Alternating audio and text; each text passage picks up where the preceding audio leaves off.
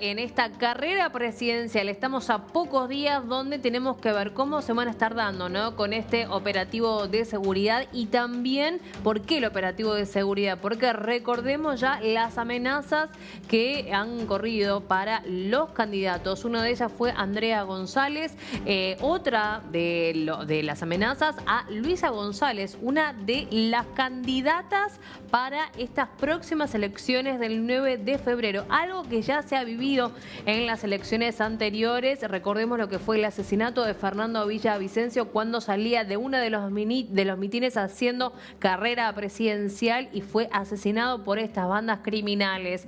Vamos a hablar entonces con César acerca de este tema. César, te escuchamos. Sí, gracias, Maga. Bueno, nosotros estamos de lleno en esta recta final, lo habíamos señalado en la anterior salida, tuvimos el miércoles que cerrar ya el tema de la campaña y el domingo las elecciones. ¿Qué está pasando? ¿Qué se avisora para esta próxima jornada del domingo? Lo vamos a conversar con Andrés Vázquez, él es analista político y además ex subsecretario del Ministerio de Gobierno. Muchas gracias, Andrés. Bien, bueno, tenemos, de acuerdo a las encuestas, un panorama en donde dos candidatos tienen un protagonismo. ¿Piensas que puede salir algo sorpresivo en las últimas horas o definitivamente, si hay balotaje, será Luisa González y Daniel Noboa los que estarán en esa contienda? Muchas gracias, César, por la invitación. Un saludo a toda la audiencia internacional de DirecTV. A ver, lo más destacable en estas elecciones es la polarización entre dos candidatos. Como tú dices, la juventud de Daniel Noboa por un lado y el progresismo del siglo XXI de Luisa González. No hay espacio para un tercer candidato, no hay espacio para una sorpresa. Los contextos son muy diferentes que la anterior elección, donde se dio la posibilidad de que haya un outsider, porque las cosas todavía no estaban definidas, y los outsiders de esta elección, que tal vez pueda ser una Andrea González, no le va a alcanzar el debate porque no tiene la estructura partidista, no tiene los recursos y realmente apeló a solo una pequeña proporción del electorado.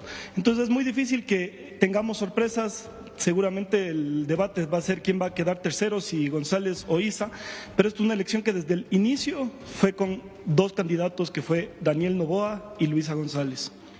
Y en ese sentido, ¿qué se puede esperar? ¿Quién podría ganar una primera vuelta? Ya que, de acuerdo a las encuestas que se pudieron difundir hasta la semana anterior, era el presidente el que tenía la mayor intención de voto. Sin embargo, en esta semana se pueden dar situaciones que alterarían al menos esa ubicación. A ver, yo creo que la coyuntura nos ha dado en esta etapa electoral un montón de cosas para que se cambien las cosas, para que se vayan posicionando los dos candidatos, pero por ejemplo el tema geopolítico es ahorita el más candente, en el tema de Trump, por ejemplo, con las deportaciones, pero sobre todo con la pelea que tuvo con el presidente Petro, nos pone una alerta aquí en Ecuador y dice: ¿con quién quieres estar tú? ¿Con Maduro o con los Estados Unidos? Que por cierto, en Ecuador se ha dado mucha queja del tema de las deportaciones, como en el resto de Latinoamérica, pero por eso mismo hay que valorar la relación que se tiene con Norteamérica y no más bien con Maduro. Por eso es que también lo que hizo el presidente de la República la semana pasada con Edmundo González de recibir al presidente electo de Colombia fue también una buena jugada electoral que sin duda sumó mucho. Ahora ya en esta última etapa, dudo que se cambien un poco los resultados. La mayoría de las encuestas hasta la semana pasada daban por ganador o líder a uno de los dos candidatos y es difícil que se revierta la tendencia, pero veamos, nada está dicho. ¿Cuáles son los temas que mayor preocupación tienen los ecuatorianos y que tendrán que ser resueltos y que tendrán que ser comunicados seguramente en estos dos últimos días con claridad? Porque seguramente habrán cartas bajo la manga que se jugarán de acuerdo a cómo vayan midiendo internamente los búnkers de los dos candidatos. A ver, las encuestas igual, no solo cuantitativas en torno a los resultados, sino a los problemas que les aquejan a los ecuatorianos, nos han dicho que la crisis económica, la inseguridad son las dos cosas que más les importan a los ecuatorianos.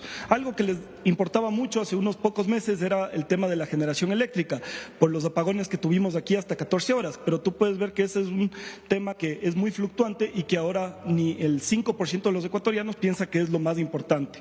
Por eso el tema de la inseguridad y y la revitalización de la economía serán fundamentales en esta etapa final. Bien, ¿qué es distinto en un Daniel Noboa que era candidato y presidente y que obviamente ha tenido que sufrir el desgaste de los temas que ha tenido que afrontar?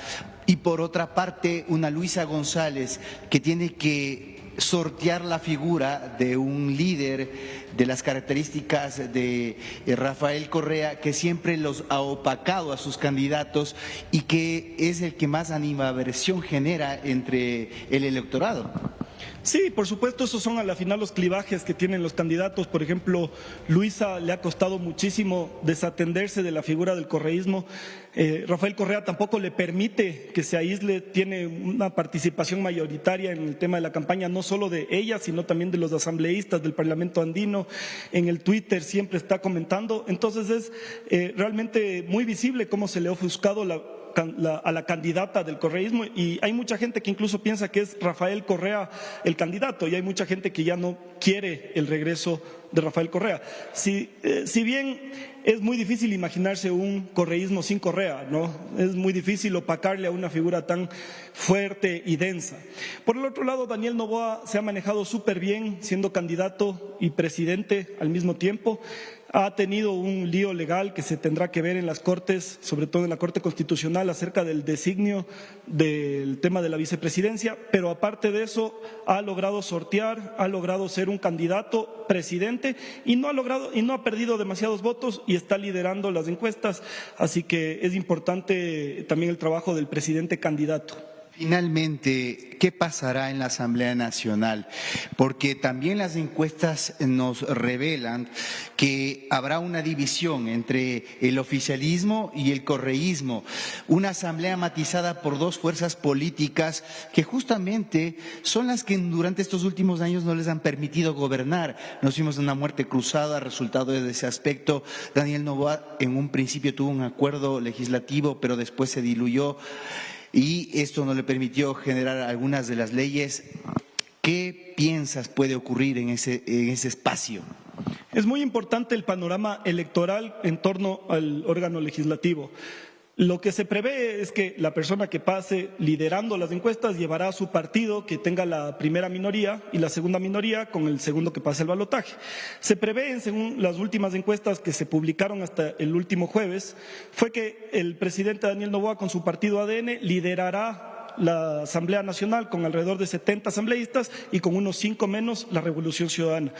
¿Cuál es el tema? Que va a ser una Asamblea Nacional sin toda la participación que hubo de estos partidos, como los partidos Social Cristiano, Construye, incluso Pachacutic va a tener un poco menos de asambleístas proyectados.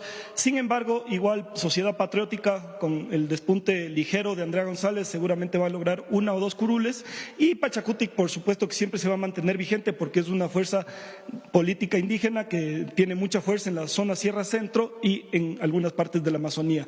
Pero de ahí vamos a ver una asamblea tan polarizada como la elección, y eso nos hace pensar a los ecuatorianos: ¿es valioso tener 16 candidatos? ¿Acaso tener demasiadas opciones es mejor para la democracia? Pero si esas opciones no representan a la gente y son la mayoría partidos de alquiler que no tienen ideología y que mandan en unas elecciones, por ejemplo, a un candidato libertario y en las siguientes elecciones de un partido ultrasocialista, ¿de qué democracia estamos hablando? Entonces yo creo que esto debería también servir un poco de reflexión para los ecuatorianos, de solicitar a los partidos que comiencen a poner un poco más qué es lo que construyen, qué es lo que quieren hacer como modelo país, y que comenzamos a pensar en esas discusiones a nivel nacional. Gracias, Andrés Vázquez. Interesantes las preguntas que se formulan y que ya forman parte del debate nacional. Recta final acá en el Ecuador, y ustedes recuerden, lo verán a través de DNews este próximo domingo, elecciones en Ecuador. Bien, César, entonces este domingo toda la transmisión oficial de lo que va a suceder el domingo 9 de febrero en Ecuador con estas elecciones. Enseguida regresamos.